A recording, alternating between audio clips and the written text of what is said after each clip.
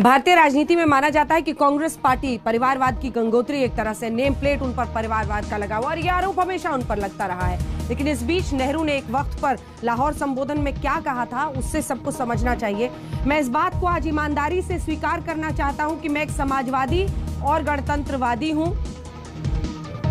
मैं किसी राजा या राजकुमार की सत्ता में यकीन नहीं रखता या ऐसी सत्ता बनाने में यकीन नहीं करता जो नए दौर के राजा पैदा करता हो सकता है कि कांग्रेस के जरिए पूर्ण समाजवादी कार्यक्रम लागू नहीं किया जा सके, लेकिन हमें यह समझ लेनी होगी कि पूरी दुनिया समाजवाद का दर्शन मौजूदा सामाजिक ढांचे में धीरे धीरे जड़ें जमाता जा रहा है।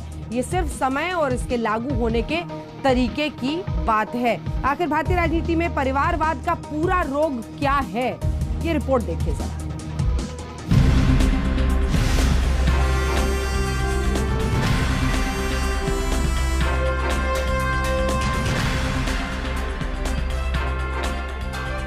भले ही परिवारवाद के लिए सबसे ज्यादा निशाने पर कांग्रेस रही है, लेकिन बिहार में लालू प्रसाद यादव हो, उत्तर प्रदेश में मुलायम सिंह यादव और चौधरी अजीत सिंह का परिवार, हरियाणा में चौधरी देवीलाल का परिवार है, महाराष्ट्र में शरद पवार का परिवार हो, बाला साहेब का परिवार हो, कर्नाटक में एच.डी. देवगौड़ा का परिवार हो, आंध्र प्रदेश में एन.टी. रामाराव चंद्रबाबू नायडू का परिवार, तेलंगाना में के. चंद्रशेखर का परिवार हो, तमिलनाडु में करुणानिधि का परिवार हो, जम्मू कश्मीर में अब्दुल्ला और मुफ्ती परिवार, पंजाब में बादल परिवार हो। देश की राजनीति में आज के मौजूदा दौर में ज्यादातर पार्टियां ऐसी हैं जहां वंशवाद है। अगर बात करें तो जवाहरलाल नेहरू 1951 से 1954 तक 3 साल तक पार्टी के अध्यक्ष रहे। वहीं 7 साल तक इंदिरा गांधी कांग्रेस अध्यक्ष रहीं, पहली बार 1969 में और दूसरी बार 1978 से 1984 तक। राजीव गांधी भी 1985 से 1991 तक 6 वर्षों तक पार्टी के अध्यक्ष रहे, जबकि सोनिया गांधी 1998 से लेकर 2017 तक पार्टी अध्यक्ष रहीं, जबकि 2 साल तक राहुल गांधी पार्टी अध्यक्ष रहे, 2017 से 2019 तक। यानी आजादी के बाद से ही कांग्रेस पार्टी की कमान गांधी परिवार के हाथों में है। बड़ी बात यह है कि सामाजिक परिवर्तन की जंग को सबसे ज्यादा मजबूती से लड़ने वाली पार्टी डीएमके भी परिवारवाद से बच नहीं सकी।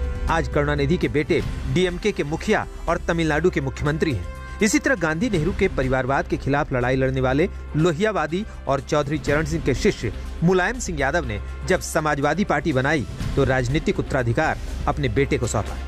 मायावती ने भाई आनंद कुमार और भतीजे आकाश के हाथों में कमान सौंपकर उत्तराधिकारी के सवाल को विराम दे दिया।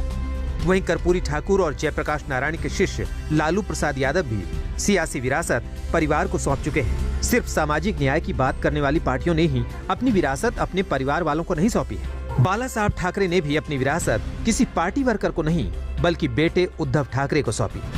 ठीक ऐसे ही जम्मू कश्मीर की मुख्यधारा की 2 बड़ी पार्टियां यानी पीडीपी और नेशनल कॉन्फ्रेंस भी परिवारवाद के सहारे सियासी मैदान में है। यानी परिवारवाद की जड़ें देश की राष्ट्रीय पार्टी से लेकर क्षेत्रीय पार्टियों तक बहुत गहरी है। आज तक ब्यूरो।